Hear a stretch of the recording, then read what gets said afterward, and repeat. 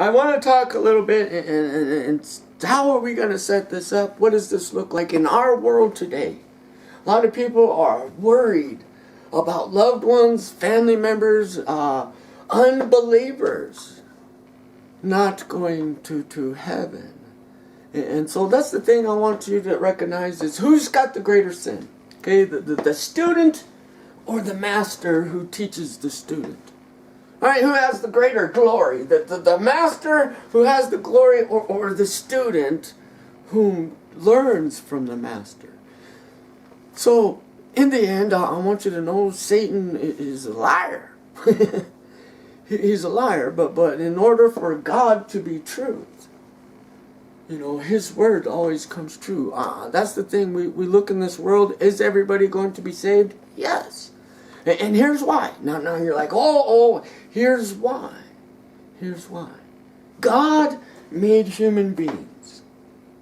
And He made this earth and this world and the human beings on it in this world like we see it today without death. Without death. Without strife, envy, jealousy, greed, anger, frustration, hate. God made this world without that. And in the beginning, it had none of that. No death. In fact, a lion didn't have to eat a lamb. There was no death at that time on earth. Not through animals, the birds, the trees, the grass, everything was full of life. And the devil comes to fracture that. Why today? If we're all going to heaven, why live a good life? I could go out and murder the whole world, right? And here's the thing. Had Satan not fractured this world, you would have had no ability to murder because you wouldn't have knew how. You wouldn't have knew how. Satan, murderer from the beginning. Right? And Satan got a human being to believe him a lie. And thereby he got a human being to perform the act which Satan couldn't do. Okay, here's the thing. Job and Cain. Right? Job, we see that Satan and Job and God are talking, and God says to Satan, hey, go test Job, the most righteous man on earth. Go test him, but one rule. You can do whatever you want, and you can inflict him with as much pain as you want, but you cannot kill him. Cannot kill him. Same with Cain. Cain is marked. Nobody on earth can kill Cain. Don't kill Cain. Right? Jesus Christ is both Cain and Job. He tricked the devil. And the devil killed him. And by their killing the one he was not supposed to kill, he lost all power. He lost all power. And that's the thing with God. When the power of God's word said, if you eat from that forbidden tree, you will die. Now all Satan had to do was get them to believe a lie, believe something other than God. And they went and they ate it. And it wasn't that God was angry, wasn't vengeful. It was because I cannot lie. You must die. Because that's the power of my word, God's word. But it was never God's intention for us to die. Or to experience murder, hate, violence, anger, sins of Satan. So God has a better plan, a better place. And so in that, I want you to understand that the devil's punishment, the master who taught the student, his punishment is that God gave the student eternal life with God. And his punishment is knowing each and every day. That's why Satan's on the earth. Each and every day that wherever he goes, he's surrounded by the sons of God. And the only power he has over you or us is getting us to believe a lie. Satan has no seed, has no children. He is a spirit being and cannot come into this physical world without our help. That's the thing. In this story of Genesis, we come to find out that Rebecca, mother of Jacob and Esau, has a vision or an encounter from an angel of the Lord and says, hey, you're going to have 2 children. And you have 2 kids in your womb and 2 nations in your womb. And he says that the younger is going to rule over the elder, right? And the elder will serve the younger, right? So she had like this prophecy of something. And then when it came, she thought that my own power, I want to see God's fulfillment of his prophecy, promise, word come to truth. So I'm going to, put my hand in the till. Right? And then all of a sudden we see a mess happens. And what is it? A human trying to think we need to force God's hand to do something that God has already promised. But because it's, not happening today, and it didn't happen yesterday or the year before, I grew impatient, and now I'm going to take it upon myself to do God's work, right? Now let me explain to you. Would God throw people in eternal hell? And think of the wickedness of it. Okay, a murderer, people in this world, and this is why punishment exists here. A murderer, we see documentaries all the time, like a 1-hour documentary of people living in prison, right? And we have 1 hour to look into the lives of these people who are sitting in prison, but in reality, that they're stuck there for 50 years. And we look in at 1 hour of their 50 years, they're in that spot, and we go, wow, that's pretty tough. That life sucks. And that's punishment we give here. This is why we have the law here, and this is why we enforce these laws here. But like 50 years, isn't that good enough? No, forever and ever and ever. That's justice. No. Let me explain to you God. And we'll get to our story. This is all going to make sense. This is why my videos are long, because I got to bring today's world into a world that happened so long ago that they're writing pictographs on caveman walls. And this is what the words are that they're writing on stone. What did they mean? What did they have? How can I relate to somebody 3,000-4,000 years ago? Okay. I live in Denver, Colorado. And in Denver, Colorado, we had James Holmes come in and mow down a movie theater full of people. Right? And no mercy, no love, no God, just a wicked, evil person. And he mows them down, right? Innocents, children, kids, moms, dads, sisters and brothers, whatever, who cares, right? This is this guy's thinking. And the devastation and destruction he brought to those families, and not just those families, but a city, a state, a nation. An act of great hate, murder, and violence. It's like, wow, you can't get no worse than that, And here we are at a courthouse in Denver, Colorado. And we got James Holmes sitting there, we got the jury there, we got the judge there, we got everybody there, and there we even televise it so that everyone gets to see everything that goes on. So we can see justice be served. Alright? Now we're in court. Something I want you to take notice of. That we don't recognize in life, that we're so willing to reject in life, is mom and dad sat there every day through that court. Every day. His mother and his father were there. And in fact, they had to testify, yeah, this one's mine. This is my kid. And I'm so sorry, and everything that happened to you, it went right here. Boy, I really wished it hadn't happened to you. But this is ours. This is my kid, and can't deny it. And James, who's this guy? How? That's my dad.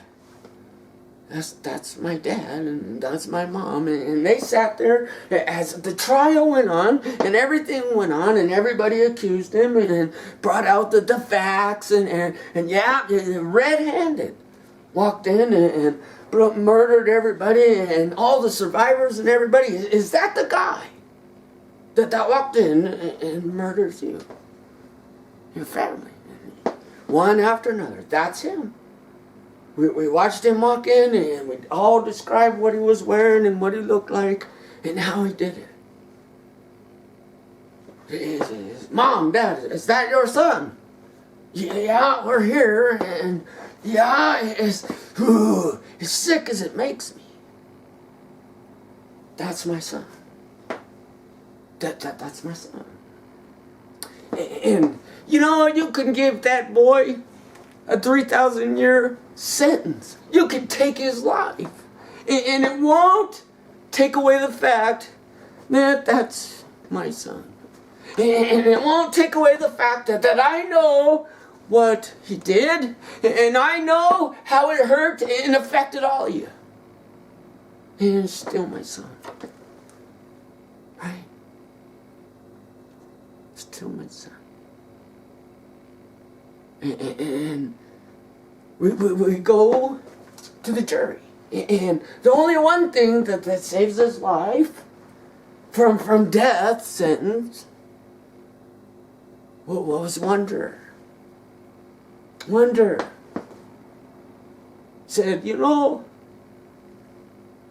although what he did was horrible and terrible, I can't live with myself repeating that act, whether it's for him or anybody else.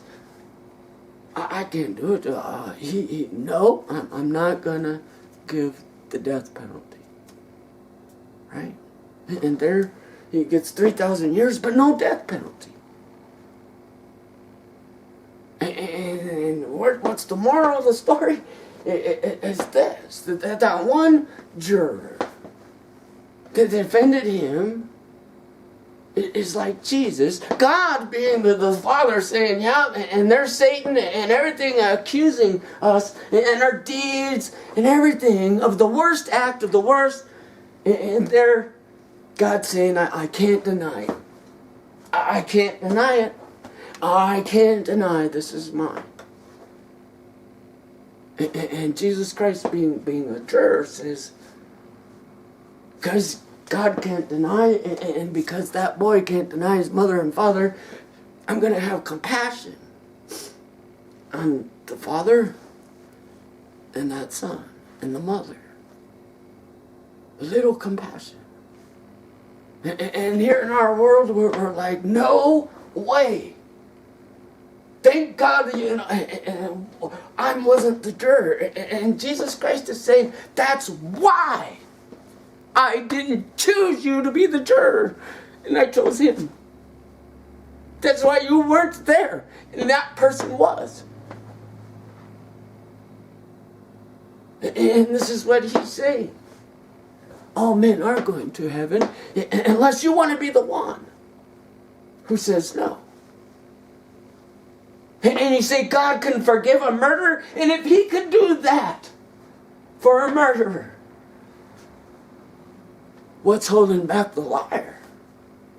Or the adulterer? How much less of a sin is that? And I'm not justifying any sin. No sin is greater than any other. That's why the Bible says, let all men be liars. And God be the truth. Because God punishes all men for no other reason than he loves them. These are my children. And here we come to Laban's story. And now let's listen here as Laban. And we got to understand that the words matter. If you have a Hebrew word, and the Hebrew word, for these people's names, have like a meaning behind it. And there you say, well, the problem today is the Catholic influence. And you say, oh, I never went to a Catholic church. They still had an influence on the written word of what we have today. In other words, if you don't know what the meanings of their name is, all you see is John. John. Who's John? That's the dude standing over the corner. John. And all of a sudden, John has no meaning. Just John. Take away the meanings of these names, and all of a sudden, they takes away from the story.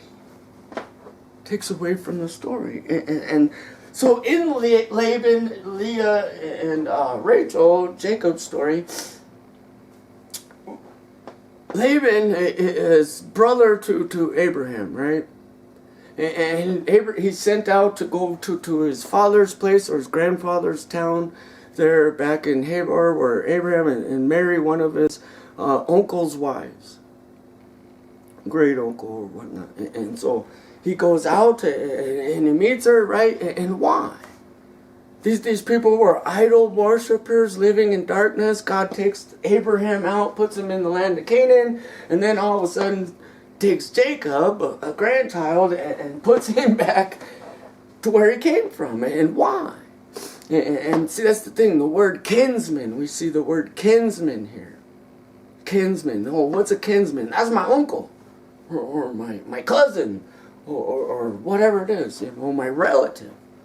Now, it's kinsman, right? Now, let's make that the Hebrew word. Let's restore that to what it said in Hebrew. And the word kinsman was redeemer. Redeemer. So God sends someone to come to grab some of your family so that he can bring it back as a redeemer. To redeem it from what was lost, what was broken. Alright, so we got people who are worshiping idols. Laban is a idol worshiper. Right? And so I want to, and I know we're not talking a whole story today about Jacob and Esau. Jacob was the younger of the two, born of Esau, and he tries to steal Esau's birthright, right? Tries to steal the birthright and his blessing over the nation. And Isaac, being blind and deaf and dumb, grabs his arm and feels the skins of a goat on his arms. And, oh yeah, you're just like my son Esau, and blesses him. And then later, his mom, because his mom did that. She was the one trying to force God's hand to make sure the promise was fulfilled through Jacob, right? Because Esau's a hunter, a gatherer guy. He's a strong, tough man. And Jacob is like a lover. Well, and then they have this bad blood, and Esau's going to kill Jacob for stealing the birthright. And so mom says, I can't lose you all in one day, because here's how it's going to go. As soon as Dad dies, he's going to kill you, and I'm going to be so angry I'm going to kill him, and then we're all screwed. So what you're going to do, Jacob, is leave.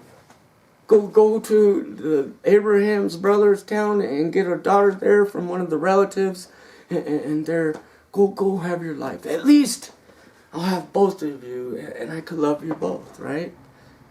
Jacob's like 70 years old, guys. This isn't a young buck. This isn't a young kid. This is an old man, 70 years old. And now he's heading out, okay? Comes to Laban, finds Rachel and Leah, all right? The name Rachel means Eve. Eve. Eve means life-giving. The giver of life. All things came to life through Eve. Right? So we got Eve is what Rachel means. Okay? And the name Leah means impatient or like a wild cow. All right? Now, these things are important because everything Jacob did is he goes there, he wants Rachel. That's the one, that's the woman, that's the promise. The first woman you see at the well, she's yours. Go give her a kiss and there you go. And it didn't work out that way exactly because, Laban was a manipulator, a liar, a cheater, and everything he did, he tried to manipulate everybody around him for his own good, for his own favor, for his own gain. On top of that, he worships idols and things like that. So Jacob comes in and he's got, a bunch of daughters and the girls and no men, right? They're out and about like Indian people with no fences, no nothing, just a bunch of nomads. And they just follow their sheeps around or their herd or flocks around and water and feed them and take care of them and live off their wool and meat, Jacob comes up with an idea because Laban's such a wicked guy, he keeps changing his wages, The first thing is he goes and, okay, I'm going to work for you for 7 years. And at the end of the 7 years, I get Rachel, my daughter. Well, he works real hard, and at the end, he says, okay, yeah, here, I'll give you my daughter. And they get him all drunk and messed up, and there he's got the woman in the thing, and I hope you understand it's like Muslim Christian thing today. A great example, like you got the Muslim girl covered from head to toe, and she's got her little eyeballs sticking out, and that's Rachel. Wow, wonderful. How you doing, Rachel? Great. And then you go to sleep, and you're all drunk, and all those eyes, I can see the stars in them eyes, and hey, woke up in the morning, that ain't Rachel, that was Leah. Right? And tricks him. Oh, now he's all upset, man. Oh, all right, I couldn't give Rachel away because Leah's the oldest daughter. It's our custom. Oldest daughter goes first and then the youngest. Oh, all right, whatever I got to do to get that youngest daughter, the promised one. Right, so now they're 7 years, 7 more years. Now we're 14 years there in the thing, and then the end comes of his time, and okay, I want to marry Rachel, and so he marries Rachel and everything, and then he's like, well, I want to leave. Got my wife now, let's go. And Laban's like, no, we got to stay here, and you can't be just taking off. You don't have no money. You don't have nothing. And so Jacob says, okay, what I'll do is work another 7 years or so. So he ends up like 20 years there with Laban before he goes back. So what I want you to recognize is this is over an entire life. That this didn't happen in a week or two, a year or two, but over an entire life. All these events happened. And in them was a lot of struggles and things, There's nothing worse than going to work every day, going each and every day, like having the man who pushes the broom, right? I'm the hall sweeper, right? And you're just walking around all day going, man, I just know I'm worthy of something more than a dang hall sweeper. And you grudgingly just sweep the hall every day. And all of a sudden, somebody may come to you and, hey, Mr. Janitor, I'm having a problem. And oh, yeah, what's going on? But it was the opportunity God created for you. Never think you're too small. Anyway, back to my story. So, he's going to now work for Laban for a while. And he says, well, I'll increase your flocks and that. But give me some, because I've been working for you for like 14 years. And you changed my wages 10 times. It really upset Jacob. He changed his wages 10 times because he mentions it over and over. He changed my wages 10 times, every time I fulfilled my obligation, that this guy backs out of his obligation. And now Jacob's like, okay, I'll take care of the flocks and that, but I get these ones, and you choose. So back in that day, they believed that if they were all one color, all solid black, solid brown, solid white. That was pure. That was good, strong, and healthy animal. Right? Today we have the milk cow, the dairy cow, and it's spotted black and white. And Laban would have said, oh, that's garbage. Blemish. No good.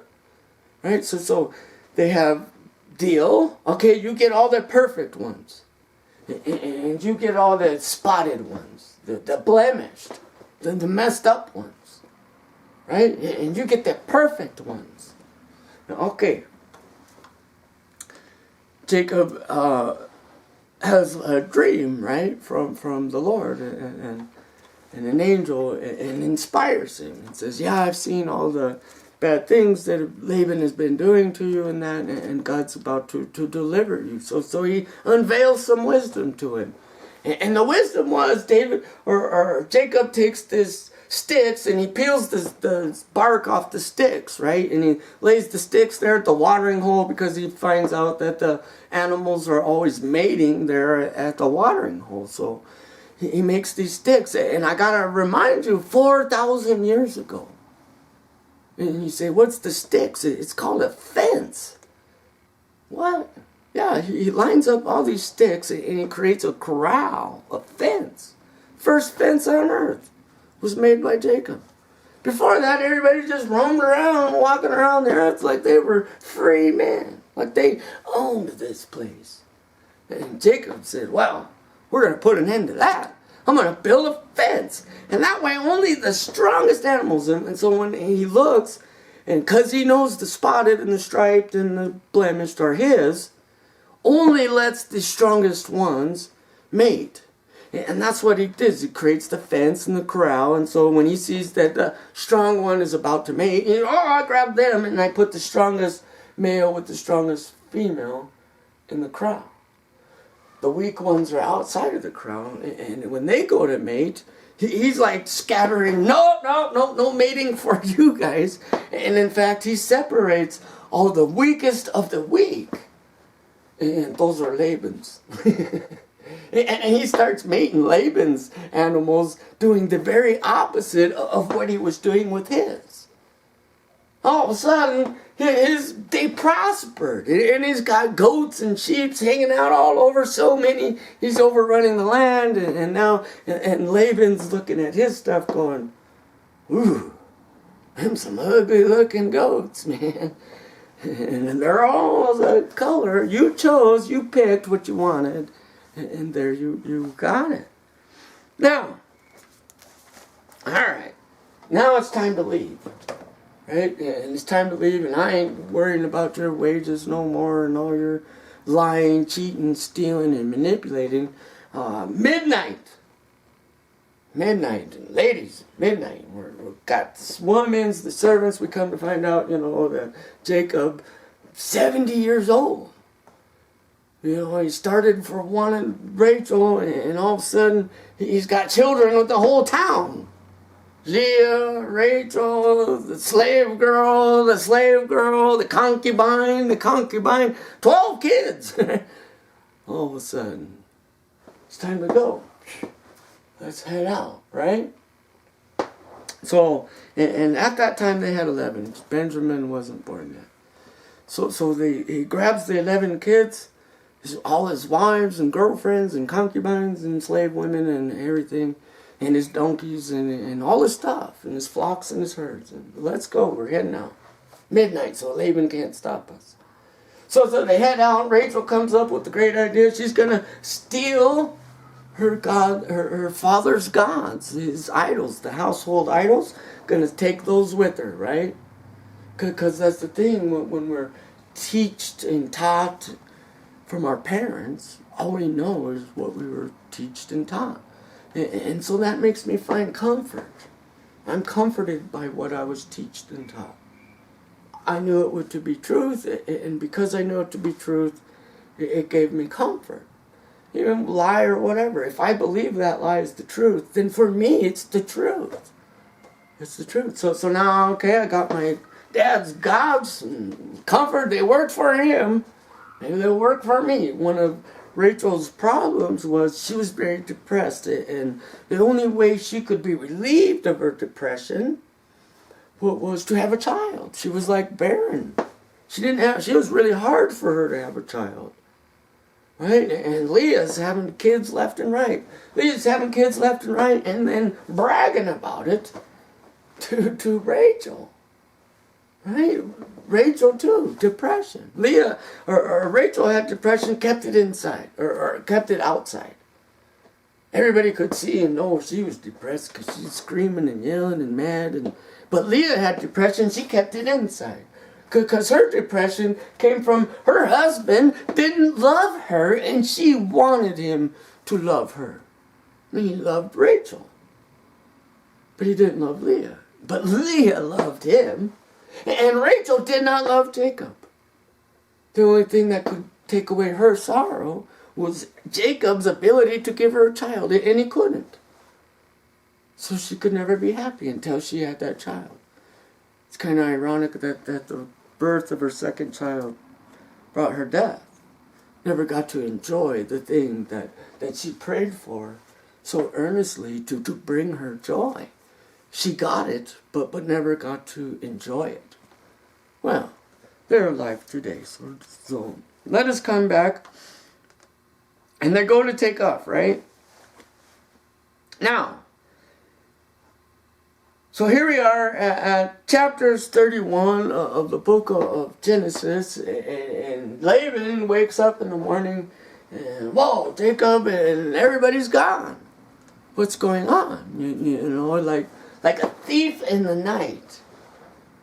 Right? Here's Jesus. The whole entire Bible is the testimony, witness of Jesus Christ. This is the stumbling stones the people were missing. I think that the Bible in the first 5 books is Torah, law, the laws of Moses. And in that, there's a stumbling stone. And the stumbling stone is God's protection. God's protection. We always see the bad deeds and all the stuff, and yeah, I don't want to be like that.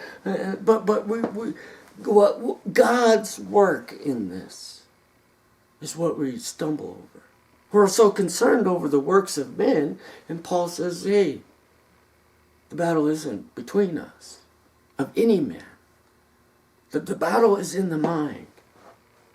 Can I believe it? And the only thing that holds me back from believing it is some deed here in this earth that's forcing me to believe in a lie. A deed. Right? Now, we got Jacob, and he calls everybody, and they're heading out. And now all of a sudden, Laban's a little bit upset, right? And he's mad, and then he goes searching the house, and the gods are gone. So he's very mad, and not only did Jacob steal my daughters, my grandchildren, and my flocks, he stole my gods too. Took them with him too. And he's convinced that Jacob, so he's mad. Comes out, they meet there in the desert, right? In the wilderness, Jacob and them are camped out, resting the animals and that as they're heading back to Canaan or Israel today. Heading back to the promised land. Because an angel of the Lord came and said, it's time, let's go. Heading back. All right, we're going back to the promise. Now, he comes, he's got all his warriors, his fighters, his swordsmen and that, and come and surrounds Jacob and the family, and right, these are his family, so it's not like he's going to go murder them unless Jacob only, but not the daughters, so really the only one at risk is Jacob. So Jacob has no clue what's going on, and he says, what are you doing? You're stealing my family. You're taking everything. These are my daughters. These are my grandchildren. These were my daughter's slaves. These slaves, these flocks, everything you got is mine, and it came from me. And now, and like a thief in the night, you're going to take everything of mine? This is Laban, right? Talking to Jacob. And Jacob's like, well, no, I came to love them, to care for them, if they're yours, they're just as much mine. I'm here to provide for them and everything in the ways that you cannot. Right? So they come to an agreement. All right, if you're not going to steal and destroy them, then you got to make a promise that to recognize that I gave you all this, and because I gave you all this, if you hurt any of these, you hurt me, their father. Right? So they make a pact and a deal, and they have this place, and it's called a heap of witnesses, a heap of stones. So we have all these witnesses, and the stones are the witnesses that they made a pact. Even though I'm giving you all my children, my life, and everything that goes with it, you must protect over it because it's so dear to me.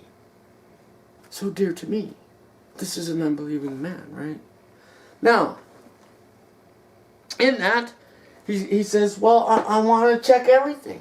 I'm going to go through every tent and everything and every place to find my missing idols. You stole them. Jacob had no idea Rachel took the idols in. So again, kinsman. Jacob kinsman now, Jacob redeemer. So let's change Jacob's name to Redeemer. Or who do we know as the Redeemer? Jesus Christ. So Jacob's now Redeemer. And who is Rachel? The Redeemer's wife. We got the bride of Christ. We got two brides of Christ. Right? One who whines and cries about never having enough, and another one who sits in bitterness. In inner bitterness. Inner bitterness. Now, so we got bride of Christ, right? Bride of Christ grabs dad's idols, and she's got them in a camel's saddle, and she's sitting on the saddle so that he can't, and he's searching, and he comes to Rachel's tent, and there he's like, Rachel, where's my idols? And oh, Dad, I don't know, what's your idols? And she says to him, Father, do not be angry with me. I cannot rise because I am on my period. It's the way of the woman right now, and I'm bleeding over your idol. I mean, she didn't say that. I'm bleeding. And so, Father, because I'm bleeding, please don't be angry with me. And don't ask me to stand up. Don't ask me to rise up. Right? And so that's the thing. Her love for her father and her husband and all the situation had her setting on top of these idols. And that's the thing with the bride of Christ. What is it God wishes from us? From us. To be that bride who's willing to set on top of Dad's idols. Dad's false gods. Dad's willingness to believe a lie full-heartedly as though it was the truth. I'm going to take all those lies and idols and things, and I'm going to put them right here, and I'm going to set on them, and bleed over them, and I'm going to say, Dad, please, don't be angry with me. That I cannot rise because of what you've taught me. Right? And he says, well, woman, dang, we can't be asking you to rise up. And so he returns compassion and says, okay, can't find the idols, can't find nothing, right? He's searching everywhere. It's like Satan, right? Here we are in God's great house, there to be judged. And there's Satan, and he's there to judge you, and he's like, where's the idols? I know you got idols. I know you've been worshiping idols. I know you've been listening to a lie, because I'm the father of lies who instilled these lies into you. Where are they? And he's looking. Where are they? Show them to me. Is this your son, God? And God said, yeah, that's mine. And he said, I know this one is a liar. is a cheater, is a murderer, because I taught him all I know.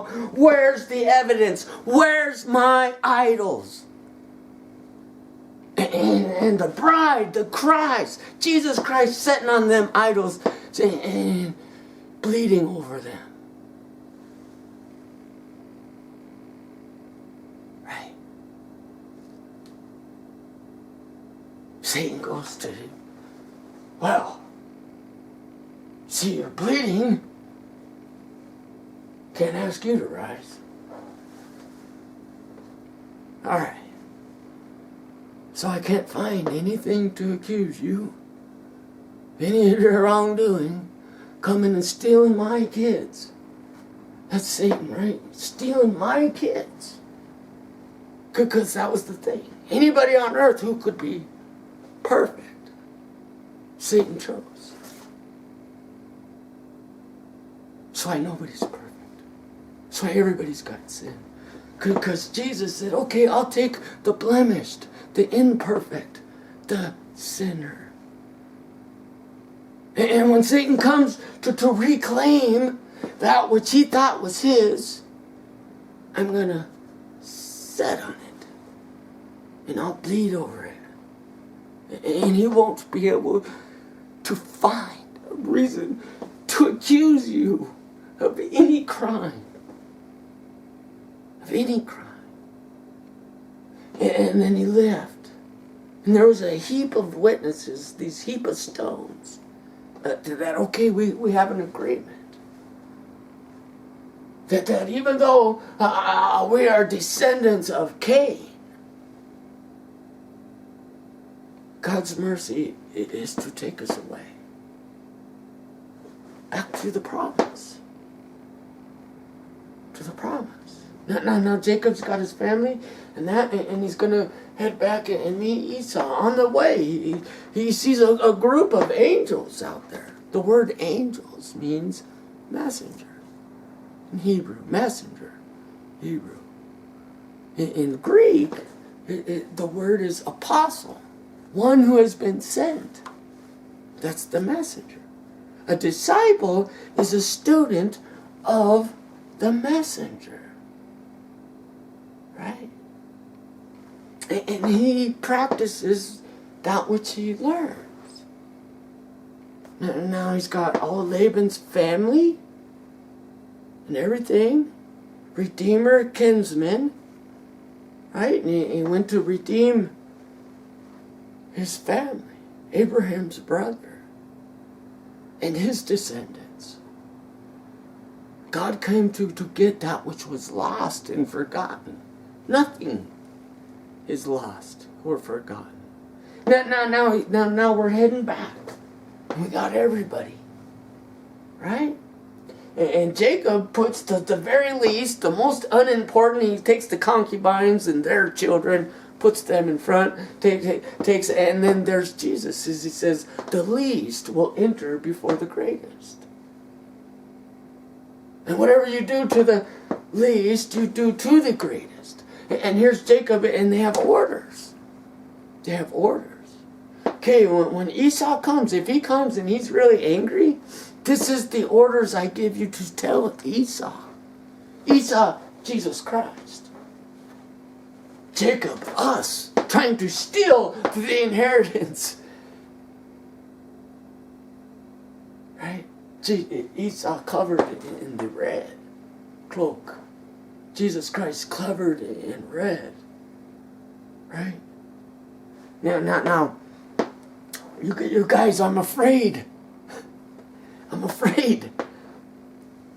He puts the weak in the front and he says, if Esau and his army come to attack you, this is your instructions. We are from Jacob and we are a gift to you. We are a gift to you. We are your servants from this day forward. Don't kill us, because whatever you do to us, you do to him who sent us. Gift to you. Right? And then he comes and he sees everything, and then Jacob's the way in the back. And not only is Jacob way in the back, he's got Rachel and Joseph in the back as well. Joseph being the prize because Rachel being the barren woman and the promised woman has a child, and even though he was one child out of 12 others, including Dina, so we got 13 others, and there he puts the most important things in the back. These are a gift to you. And if you would accept these things that are worthless to me, first, oh boy, you'll be real happy of accepting this stuff, the good stuff, when it comes in, right? And there they go, and then Esau, they see the army coming, and Esau and all his men, and Esau's like, who is that guy? They're 90 years old now. These aren't young warriors. These aren't young bucks. These are really old men. Like, whew, I hope Esau don't want to beat me up. They're twin brothers, so they're exactly the same age. And 90 years old. And he comes trotting along, and his horse and everything, and comes, and Jacob is like still so afraid. And what is he afraid of? Because he tried to steal his inheritance. And now he's coming back to make do on the promise of that blessing that our descendants, his descendants, would have that promise. The fulfillment of God's promise. So there they are, and now he sees, here's Esau coming, and Jacob starts bowing down 7 times. Bows down. Please forgive me. How many times do I forgive my brother? 7 times. 77 times. If you have to, every day. Just like this. Please forgive me for what I've done to you. Have mercy. And he says, you don't even acknowledge any of it. He goes and he picks him up and he hugs him. And they weep over each other for a great amount of time. Of joy, love. Everything they were afraid of that they thought was going to happen. War, destruction, hate and anger is building. That's what's going to happen when we reunite, right? And none of that happened. None of that happened. Grace and mercy flowed from the heart of 2 men who couldn't deny that they were blood brothers. Right? Jacob finally gets up and they're hugging and crying, and he says, this is everything you see, man, is yours. This is a gift from you. Where did you get this stuff? From Laban, Satan, the dark one, the liar, the deceiver, and the manipulator. I grabbed them all, and here it is, yours. I got enough. I got plenty. This is yours. In fact, in those 20 years while you were gone out, making love to everybody in town and prospering, multiplying your flocks, hey man, I was over here destroying all the enemies. Come and live in peace. Right? Esau was a great warrior and was out conquering the enemies. And then the brother came, very worried. He never saw an enemy. He never saw an enemy.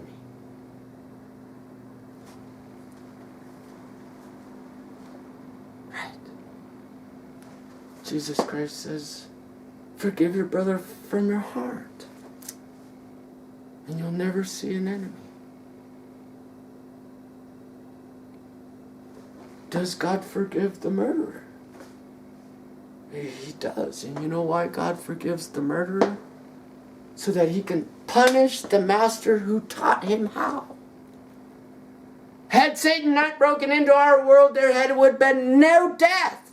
No anger, no violence, no war, no fear of it. There'd have been no knowledge of it. But Satan came to break our world and destroy us.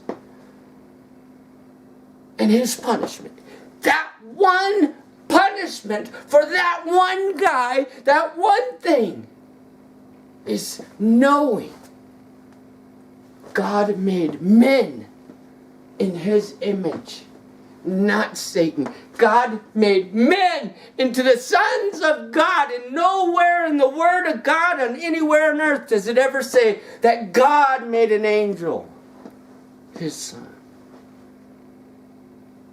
But he said that to you. He says to you every day, today is the day I have begotten you. Today is the day I have begotten you. And you say, what about them who are living in sin? That's why I chose you to be that juror who stands up in the face of Satan to say to him, woe, Satan, for we rebuke you in the name of Jesus Christ. This one has been purchased from the fire. Glory be to God. Jesus Christ lives in you and not them. See you next time.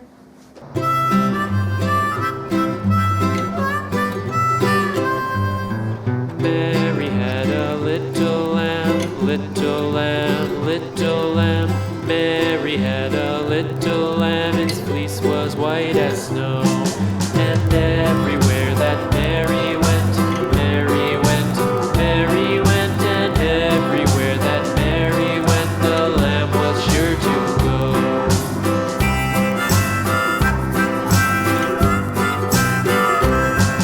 It followed her to school one day, school one day, school one day. It followed her to school one day, which was against the rules. It made the children laugh and play, laugh and play, laugh and play. It made the children laugh and play to see a lamb at school.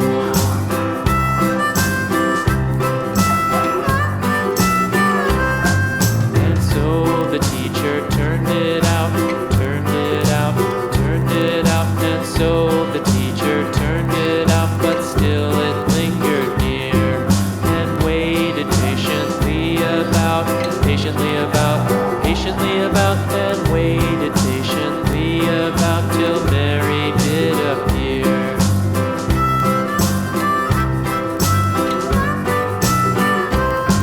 Why does the lamb love Mary so, Mary so, Mary so? Why does the lamb love Mary so? The eager children cried.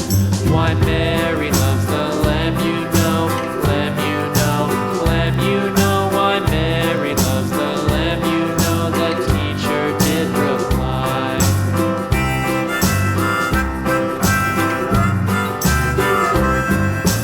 Mary had a little lamb, little lamb, little lamb. Mary had a little lamb, its fleece was white as snow.